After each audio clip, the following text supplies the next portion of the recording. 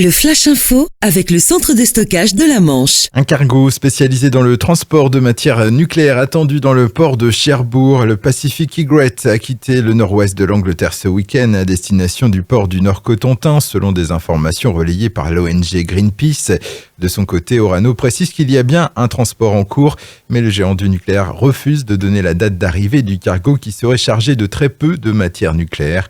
Le bateau pourrait arriver à Cherbourg dès aujourd'hui.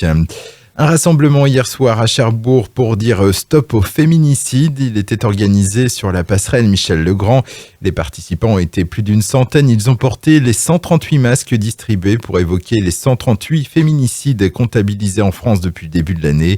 Les masques sur lesquels était inscrit le nom de chaque victime ont ensuite été rassemblés sur un cordage déployé le long de la passerelle.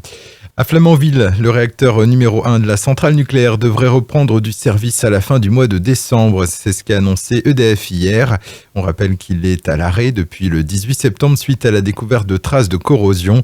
Quant au réacteur numéro 2, lui, est toujours à l'arrêt dans le cadre de sa visite décennale. Son redémarrage, qui avait déjà été reporté au 15 octobre, serait finalement programmé au 31 janvier 2020. Des parents de Digoville se mobilisent pour faire baisser la vitesse des automobilistes. Ils ont récemment installé des mannequins au niveau de la rue de l'église. La vue de ces silhouettes de jeunes enfants habillés comme s'ils se rendaient à l'école a déjà donné lieu à quelques coups de frein. Cette initiative fait boule de neige dans les communes voisines où les habitants sont confrontés au même problème.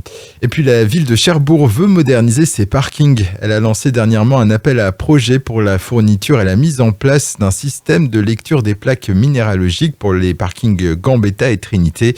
Pour l'heure, le calendrier de mise en service de ce nouvel outil n'a pas encore été fixé, tout comme le budget précis. Le Flash Info vous a été présenté par Landra, centre de stockage de la Manche à Digoulville. Pour en savoir plus et visiter notre centre, 0810 120 172, coup d'un appel local.